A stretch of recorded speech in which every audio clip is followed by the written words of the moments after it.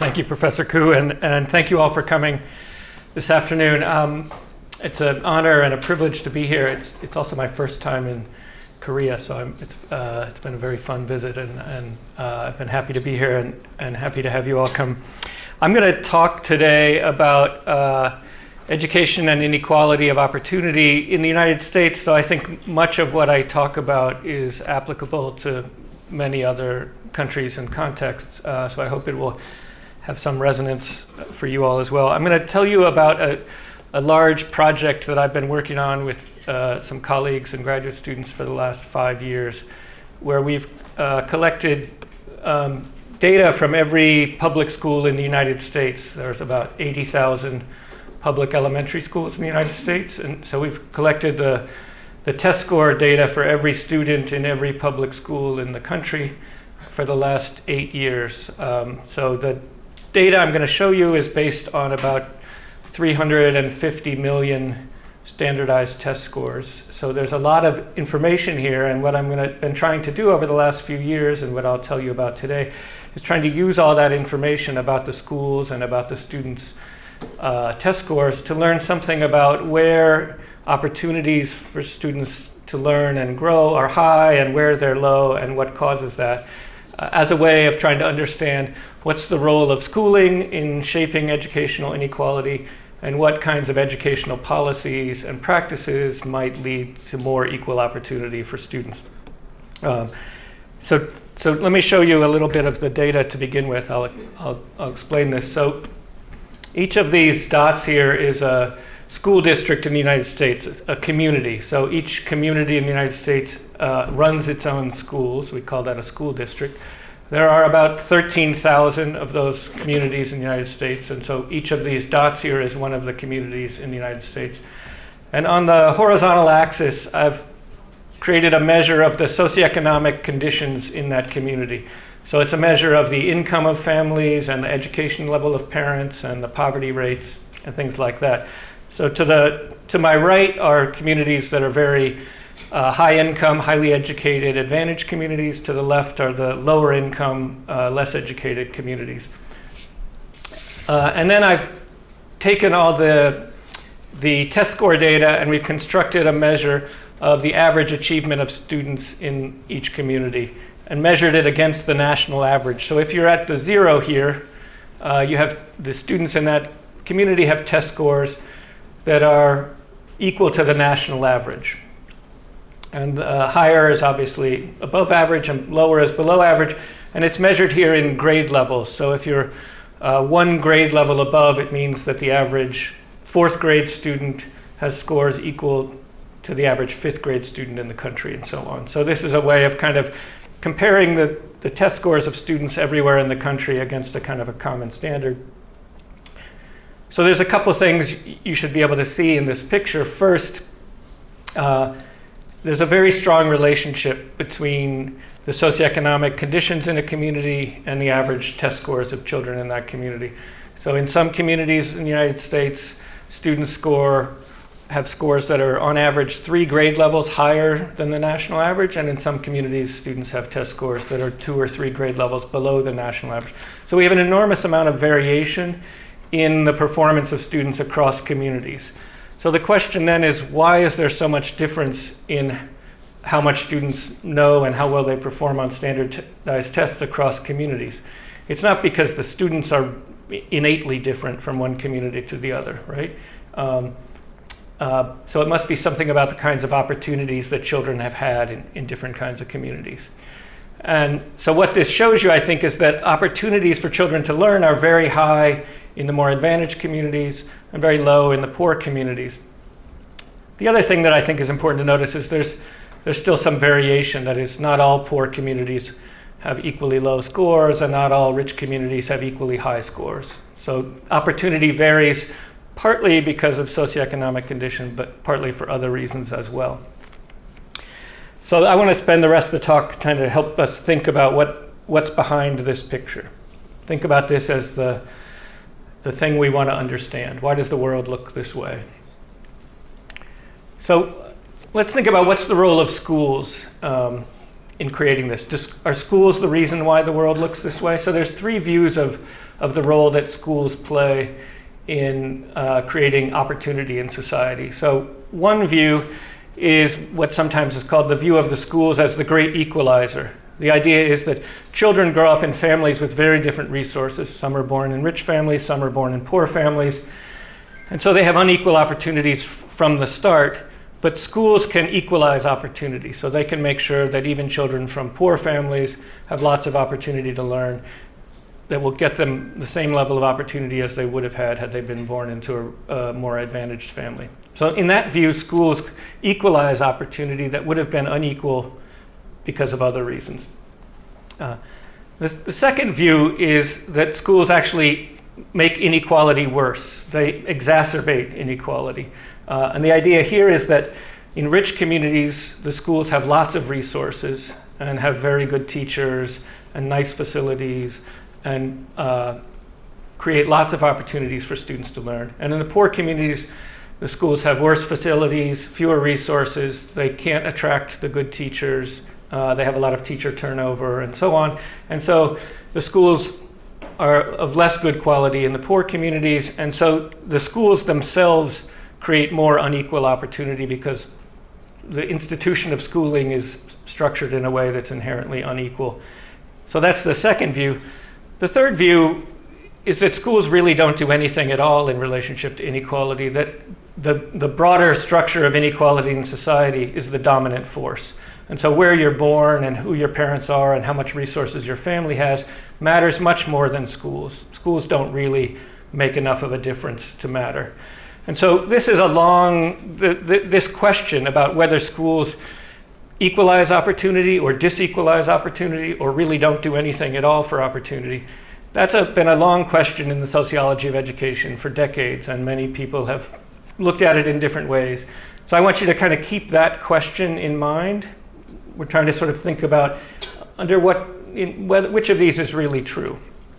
I'm going to use test scores as a way of measuring opportunity, and that might seem unusual. So let me explain why I think test scores can be a way to measure opportunity. So if you think about a student who gets to 8th grade and sits down and takes a standardized test, that test score is the result of several things. One is something about the student's innate skills at the sort of thing that's being tested. How good are they at math, sort of just naturally. But then a lot of it is due to the kinds of opportunities they've had to learn math skills. And those might be opportunities they've had early in their lives at home. Did their parents teach them their numbers when they were a young child? Did they learn to count and things? Opportunities they had when they were in preschool, opportunities they had because of things in their neighborhood, opportunities they had in after-school programs, and then opportunities they had in their school itself. So think of test scores as the result of both kind of natural skill and all the set of opportunities you've had your whole life to learn the material on the test. Well, if you look at the average test scores in a community and compare one community to another, the innate skills of students in one place or another are not different on average. So the only reason why the average test scores will be different in one community to the other is because children have had more opportunity to learn the material on the test in one community than they have in the other. Now that might be opportunity that they had at home, or opportunity they had in preschool, or opportunity in after-school programs, or it might be opportunity they have in their schools themselves. So just because we see different test scores, it doesn't mean the schools are necessarily better in one place or another, but it does mean that the opportunities children had to learn in one community are better than they are in another community. So I think of the average test scores in each community as a way to measure the total set of opportunities that children have had to learn over their whole life until they got to the time when they take the test.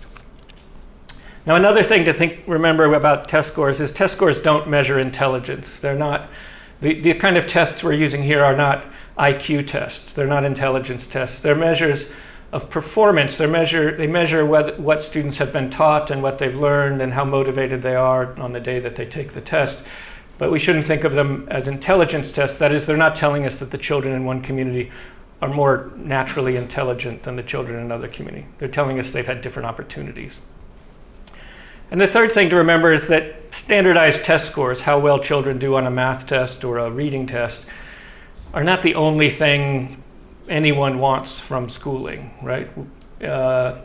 We want schools to help children be creative and empathetic and good citizens and innovative and cooperative, as well as to know some math and some reading skills, right? So think of, even though these are not everything we want schools to do, they still can serve as a good measure of opportunity, even if they're not the whole thing that we want schools to do.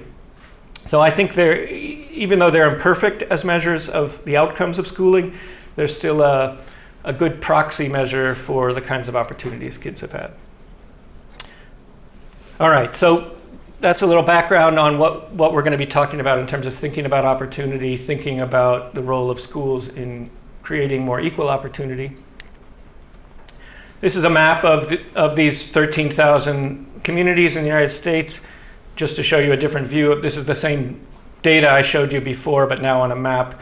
The purple are the places that have really low average test scores, so places with low educational opportunity. And the dark green places are the places with really high educational opportunity.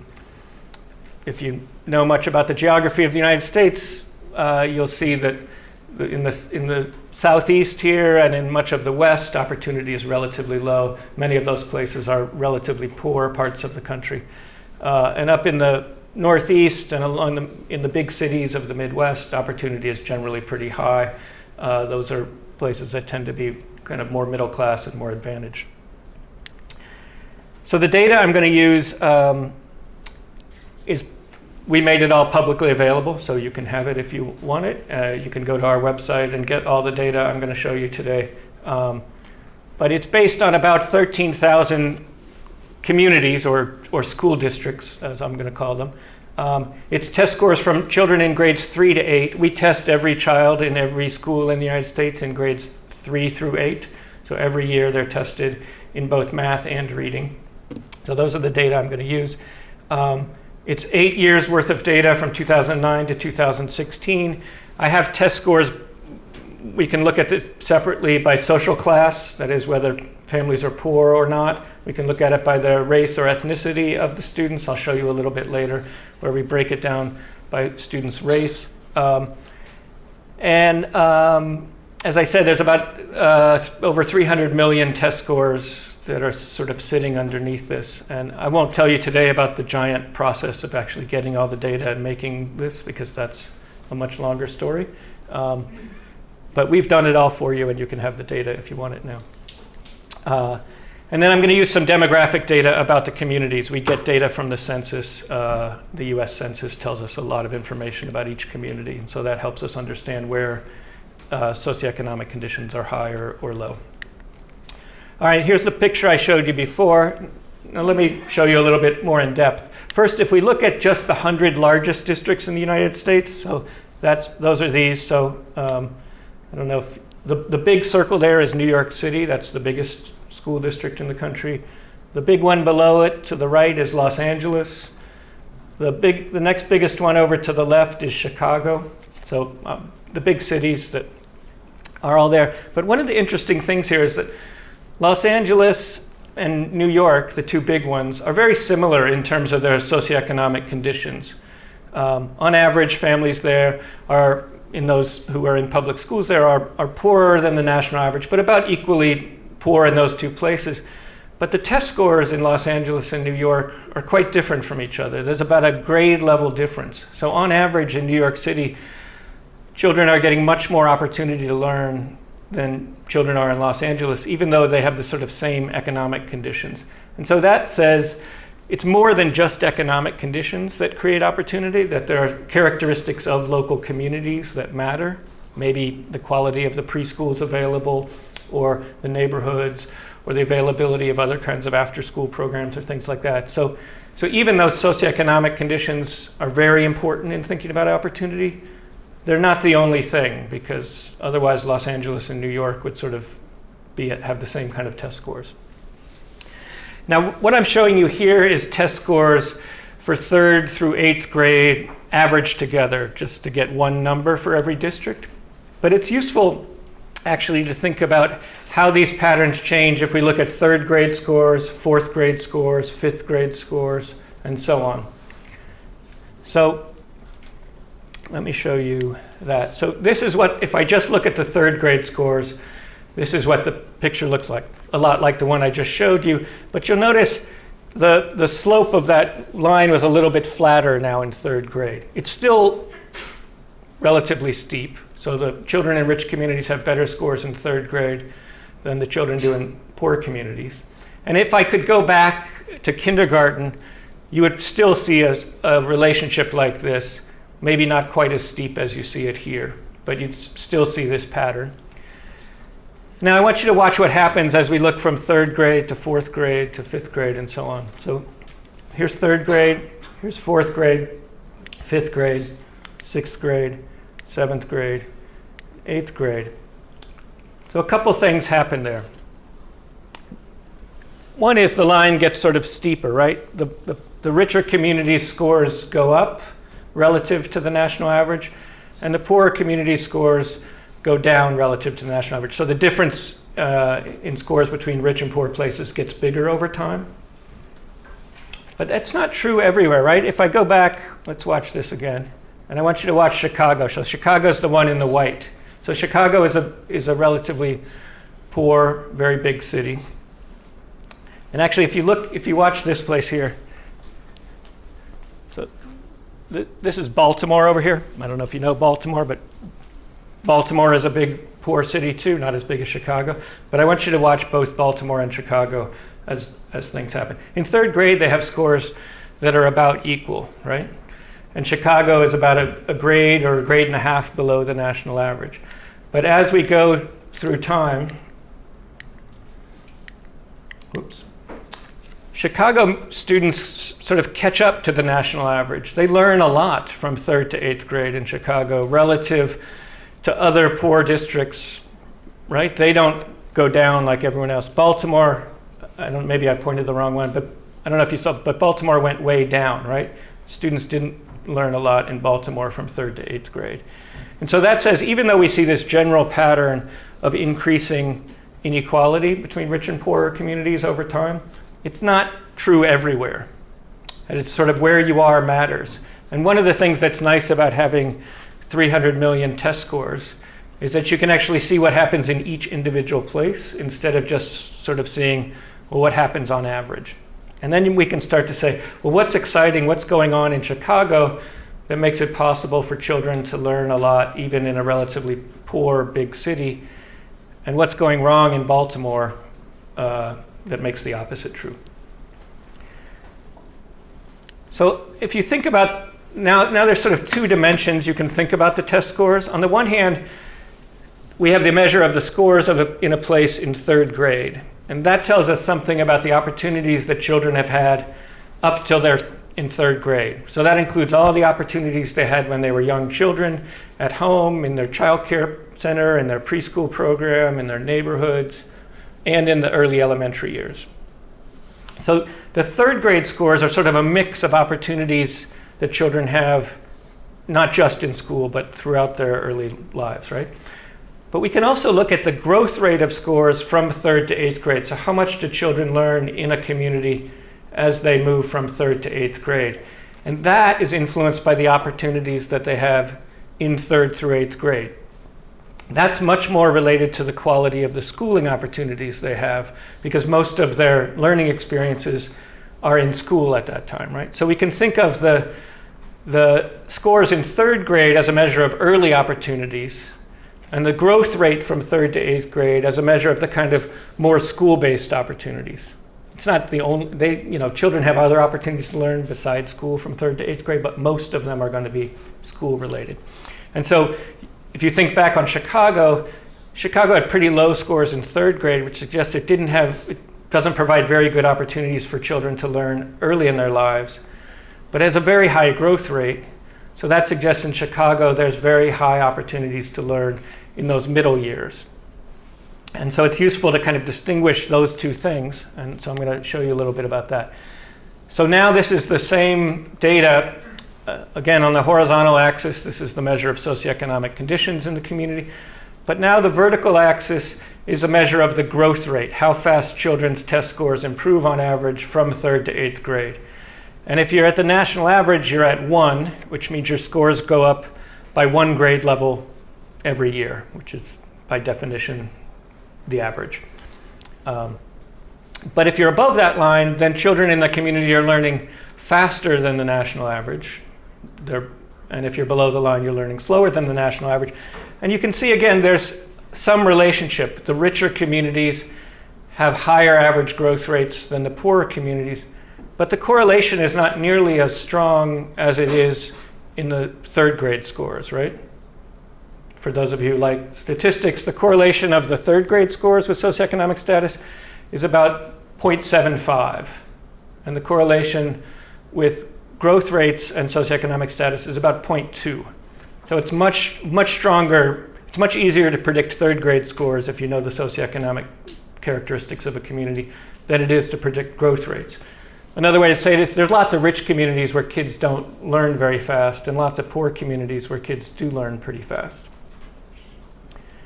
Again, if we look at the 100 largest districts, you can see they vary a lot. The big one on the left is Chicago. You can see Chicago has not just very high growth rates among poor communities, but actually higher growth rates even than most rich communities. It's in about the 96th percentile of growth rates among all 13,000 districts in the country.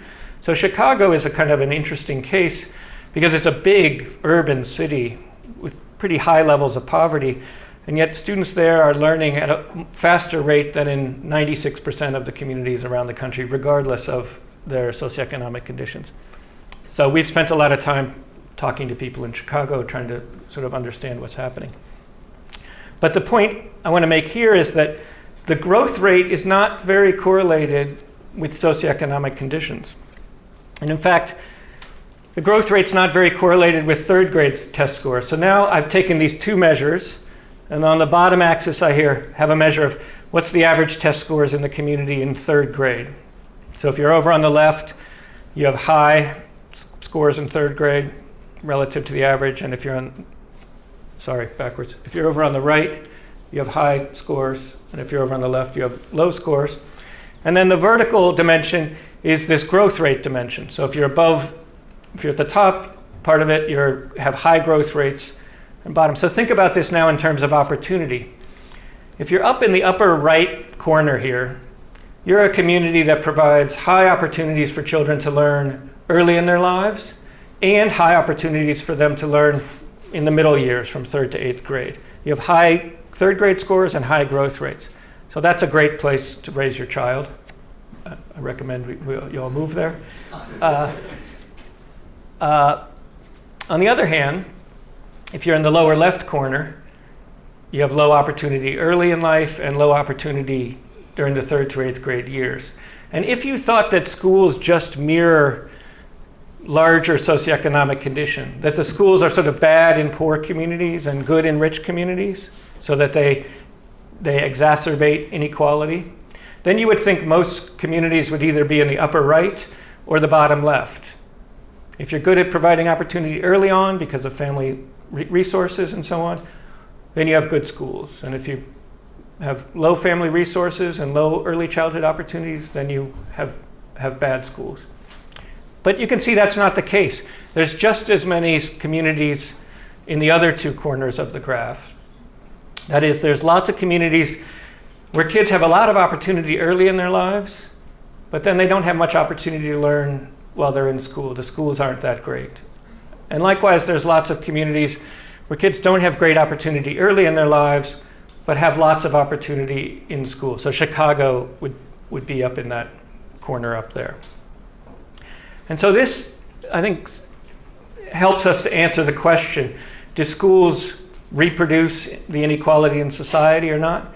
And I think the answer is, well, it depends where you are. In some places, yes, the schools look a lot like the communities in terms of the opportunities they provide. Those are the ones in the upper right and lower left. But in other places, that's not the case. In those places, like particularly in the upper left there, the schools seem to provide an equalizing kind of opportunity. There's opportunities in schools that help children sort of catch up despite having low opportunities early in their lives.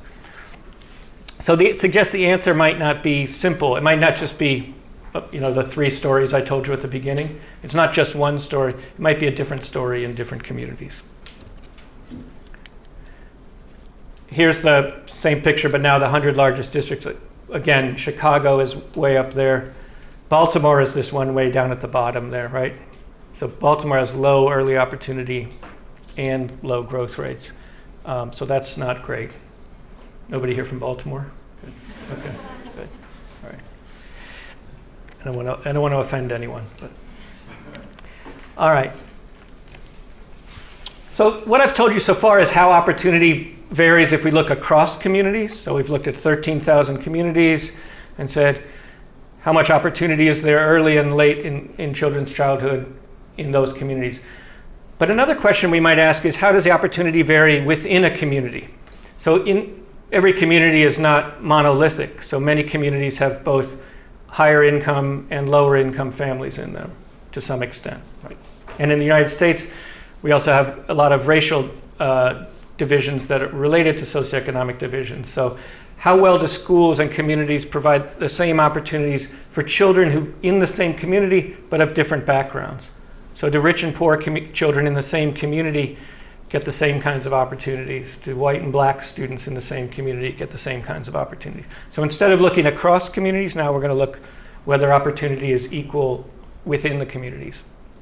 And if they are, is it because opportunities are unequal for outside of school reasons, or are the schools also providing unequal opportunities to children in those communities?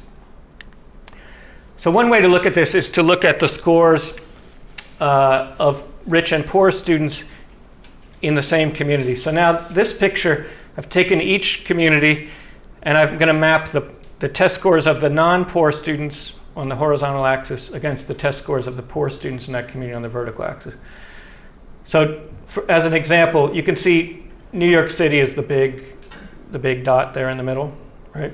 So in New York City, the non-poor students, if you go down to the bottom, have test scores that are at about a 4.5, at grade 4.5 when they're in 3rd grade. So these are 3rd grade test scores. So non-poor students have relatively high test scores in New York City. But the poor students, and so this vertical axis shows us where the poor students score. And so in New York City, the poor students score at about 3rd grade level in New York City when they're in 3rd grade. So they score about where they should, about the national average. So there's a gap in average test scores between poor and non-poor students in New York City of about 1.5 grade levels as a result. If they had the same test scores, they'd fall on that diagonal line, right? Regardless of where they were, the poor students and the non-poor students would be at the same place. So if there was equal opportunity within each community by 3rd grade, poor and non-poor students' scores, they would all be right on that 45-degree line. Does that make sense? There aren't very many places where that's true, right? Almost every one of those 13,000 school districts is below the 45-degree line, right? Meaning the poor students have test scores that are lower than the non-poor students in 3rd grade. There's a few places where the test scores are equal, but mostly those are places where everyone has low opportunity, right? Because they're all way down where everyone's scoring badly. So that suggests, well, it doesn't really suggest, it tells us that in 3rd grade, there's almost no community in the United States that provides equal opportunity in early childhood up to 3rd grade for poor and non-poor students. And certainly none of the big districts do. For them, they're all well below that line, right? So they have big achievement gaps, big opportunity gaps by 3rd grade. But now let's look instead of at the 3rd grade test scores, but let's look at the growth rate of test scores from 3rd to 8th grade. So this is a measure of how much opportunity children have, remember, from 3rd to 8th grade, which we can think of as how much opportunity the schools are providing. And now let's look and see how does that look when we compare the growth rates of poor and non-poor students in each district. So we're going to look at the same picture, but we're going to have growth rates instead of 3rd grade scores. Oh, sorry. forgot. Now we're going to look at 8th grade scores, not 3rd grade scores. I lied.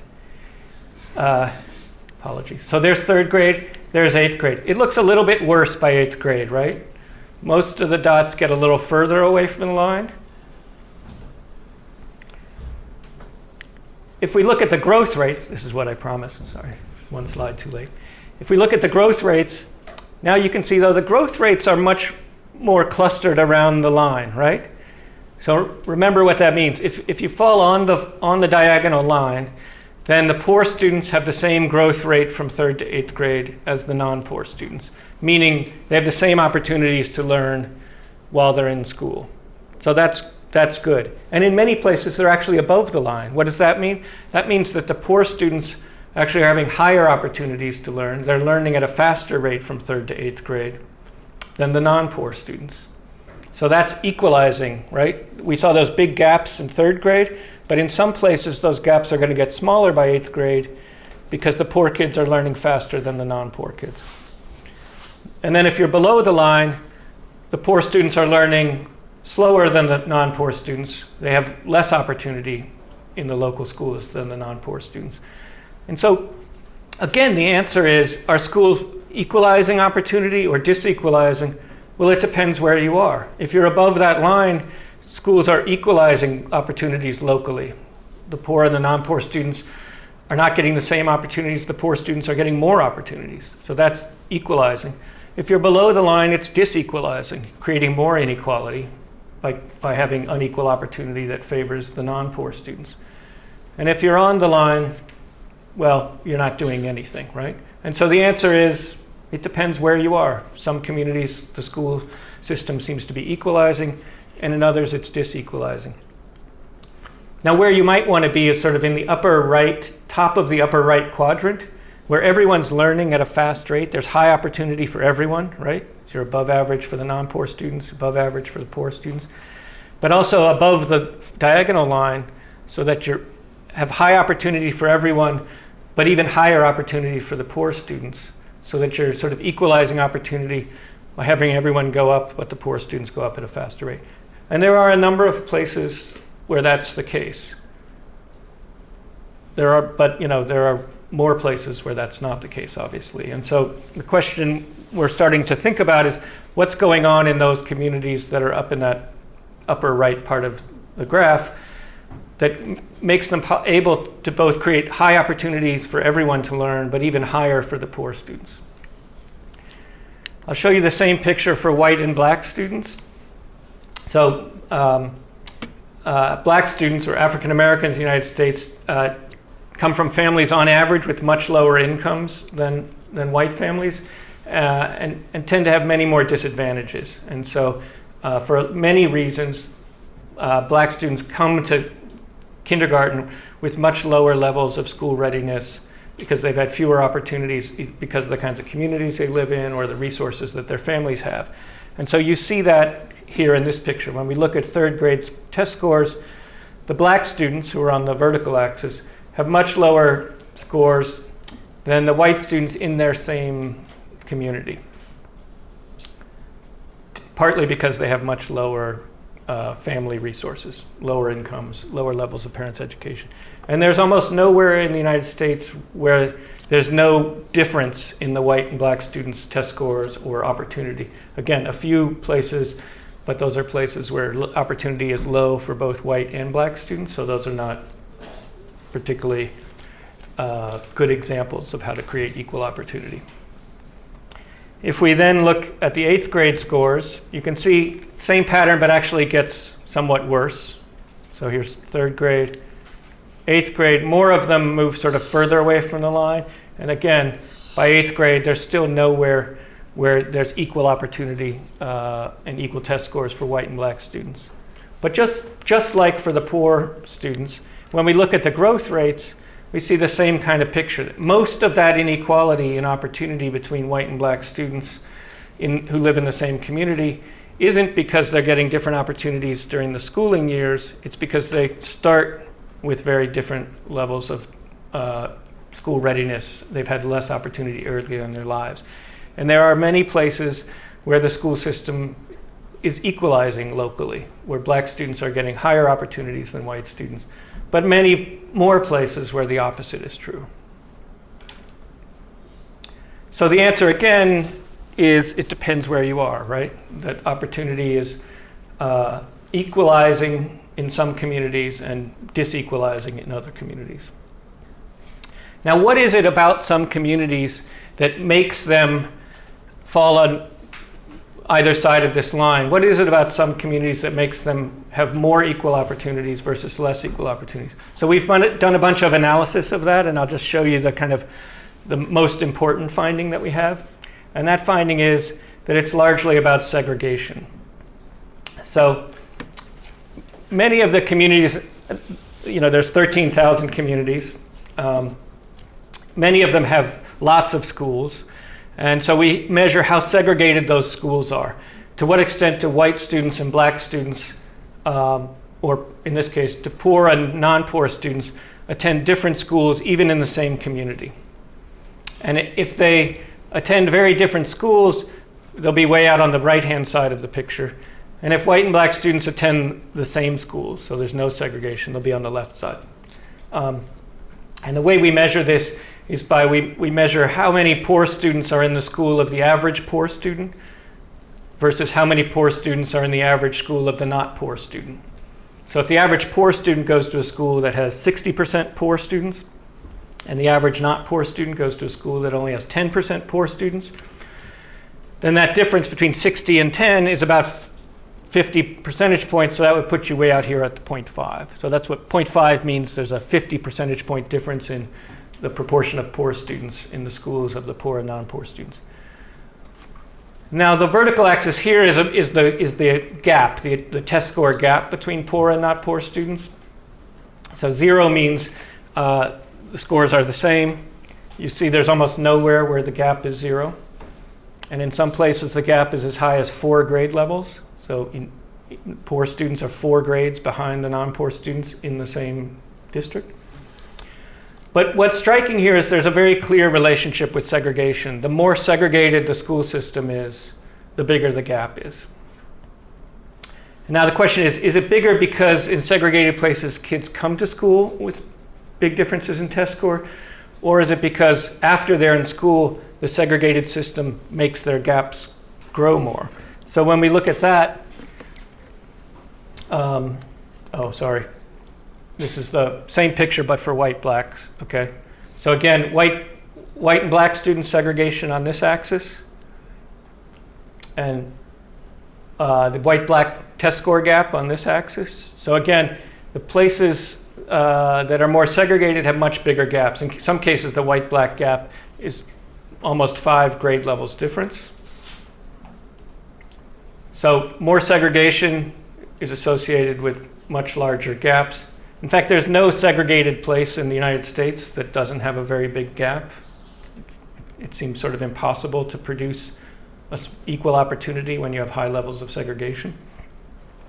But the question is that because the gap grows when children are in school, in which case school systems would be sort of responsible for some of this inequality?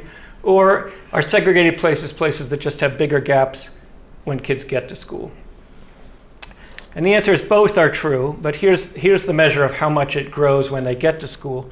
So now on the vertical axis, we have a measure of how fast the gap grows every year that children are in school. So 0 would mean the gap stays the same size as children progress through school. Negative would mean the gap's actually getting smaller the longer children are in school. And so you can see there are some places where the gap gets smaller the longer children are in school. But those are generally places with low levels of segregation. The places with high levels of segregation tend to have gaps that get bigger the longer children are in school. And in all of our analyses, and we've done a lot of analysis of this sort of thing, the segregation of the school system is the single strongest predictor of how big the achievement gap is and how much it grows while children are in school. So that suggests that one of the features that distinguishes local school systems that are more equalizing from local school systems that are more unequalizing is the extent to which they're segregated. Because when you have segregated schools, poor students in one school, non-poor in another, or black students concentrated in some schools, white students in another, you end up getting very different kinds of resources just to those schools. You get a different quality of teacher is willing to teach in a school with lots of poor students or stay. It's harder to attract other resources. Families don't have the same degree of social or political capital, and so you, in a poor school, you don't have as many families who can advocate on behalf of their children or advocate on behalf of the school. And so schools with high levels of poverty have a much harder time marshaling the kinds of resources that affluent schools have. And so it makes sense that when you have segregation, when the poor students go largely to poor schools and non-poor students to other schools, you're going to have schools of very different quality, and that's going to exacerbate or widen the achievement gap because of unequal opportunities. But when you have children in the same schools, then you're sort of by definition going to have much more equal opportunity because they're all experiencing the same set of resources. That doesn't mean they can't get treated differently in the school, right? It doesn't mean there's opportunity is identical for everyone in the same school. But it's much more likely that there's going to be some common resources that everyone can take advantage of if everyone's in the same kind of schools than if you have highly segregated schools. So our research bears this out. It suggests that segregation of the system is very strongly related not just to the opportunities children have early in life, but importantly to the kinds of opportunities that they get while they're in school. And so it suggests, at least in the United States context anyway, if you were going to sort of do one thing at a local level to try to create more equal opportunity between poor and non-poor students or white and black students, for example, then reducing the segregation of the system would be a high leverage opportunity. It would be a policy that would be likely to have a substantial impact. There's not much appetite in the United States these days for such policies, but social science is not about appetites. The social science is about understanding how the world works, even if people don't want to change it the way social science suggests that it should.